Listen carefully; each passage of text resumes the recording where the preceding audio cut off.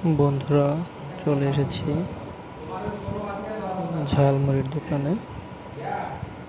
তো আজ ভিডিওতে দেখাবো একটা রাস্তার পাশে দাঁড়ানো এক ঝালমুড়িওয়ালার ঝালমুড়ি বানানো। তো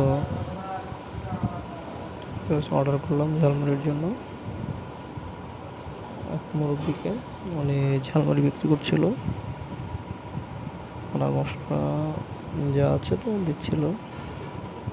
হ্যাঁ, ওখানে এই যে দিছে লাড়া চাচা, দেখি লাড়তে লাড়তে লাড়তে লাড়তে জানি ভেঙে ফেলাবে। আচ্ছা, এবার বুঝি শেষ হলো। তারপরে কাগজ, পেপার কাগজ ছাড়া তো কিছু নাই সম্বল। পেপার কাগজের উপরে দিল এই যে স্বপ্নের ঝালমুড়ি।